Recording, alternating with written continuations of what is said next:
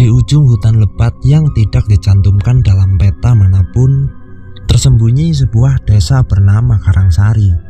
Desa ini tak pernah menjadi terkenal, tak pernah menjadi besar, dan barangkali memang ditakdirkan untuk dilupakan. Tapi bagi mereka yang percaya pada kisah lama, Karangsari menyimpan kutukan kuno yang tak pernah benar-benar mati. Semua berawal dari sebuah kesalahan kecil.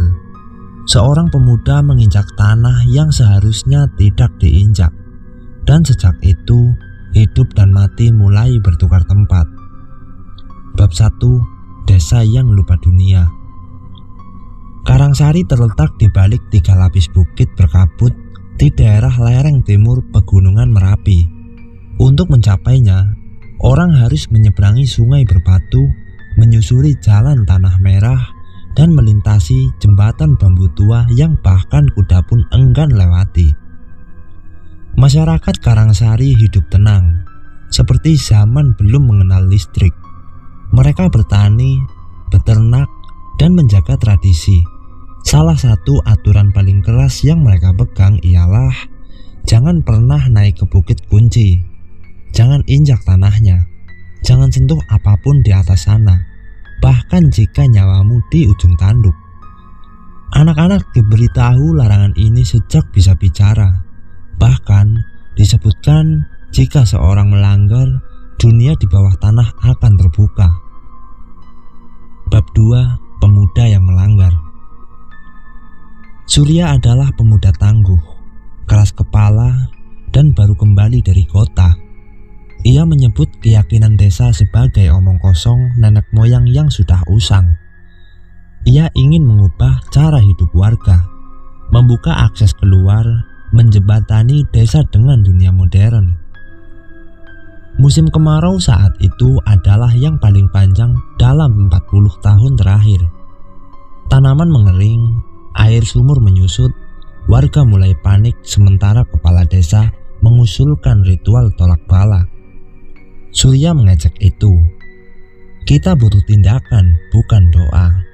Kalian menyembah ketakutan yang tak pernah kalian lihat. Aku akan cari sumber air ke atas sana, ke Bukit Kunci. Warga pun kaget. Bukit Kunci? Tak pernah ada yang naik ke sana selama ratusan tahun. Bahkan binatang enggan melintas.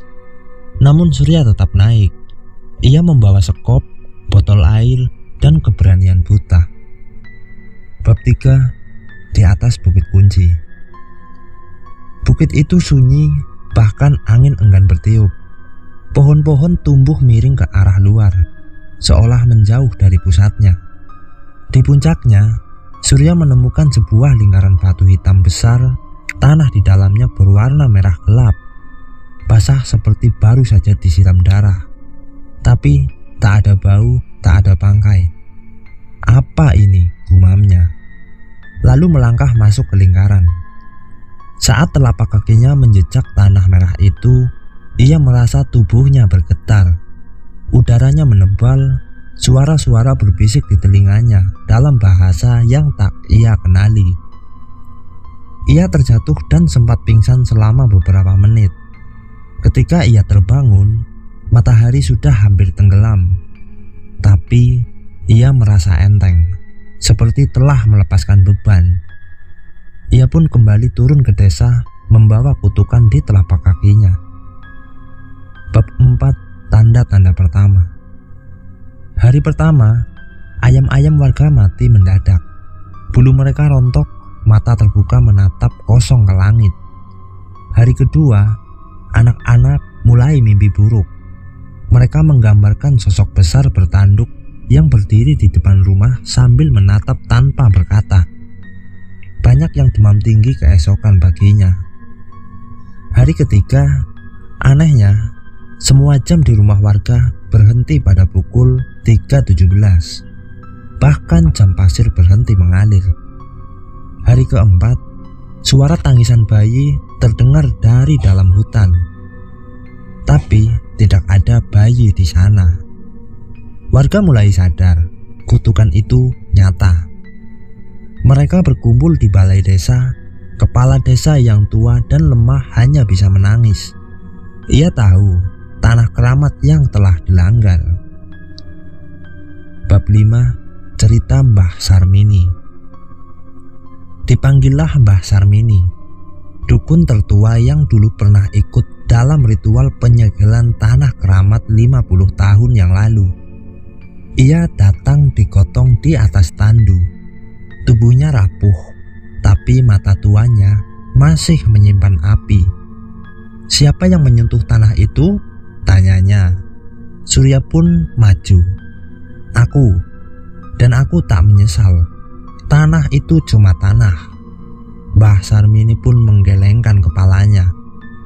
Itu bukan tanah biasa.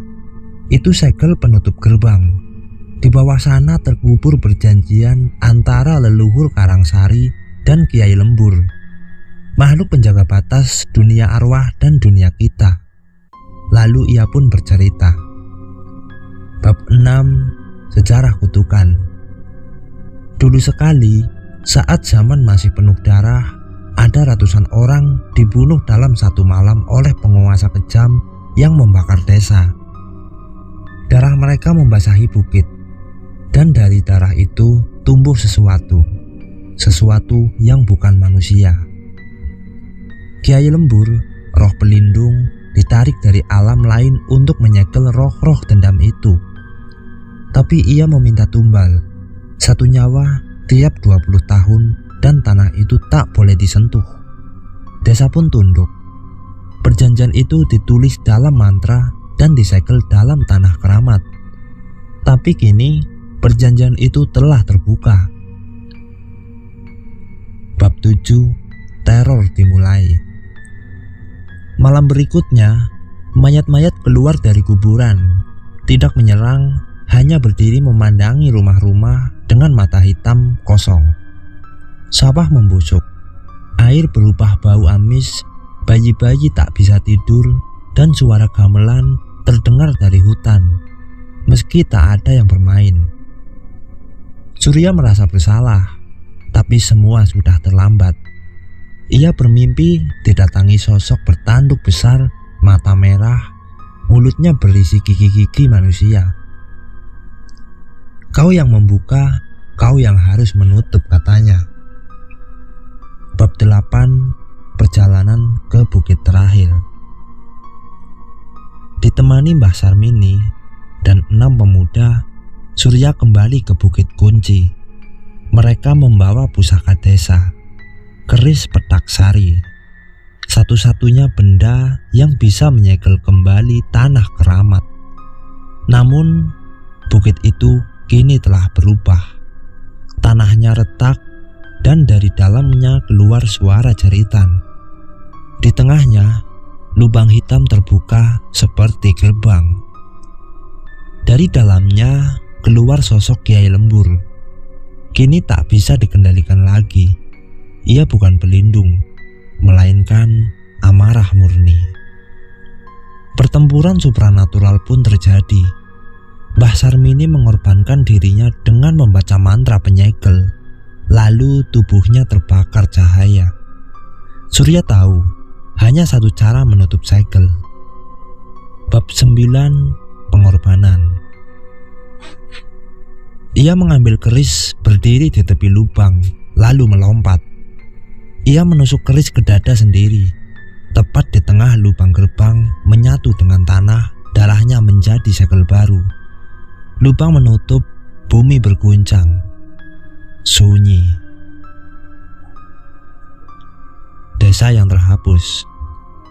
Pagi harinya langit cerah, tapi desa Karangsari telah hilang dari peta. Penduduknya masih hidup, tapi tak bisa keluar. Siapapun yang mencoba masuk akan tersesat.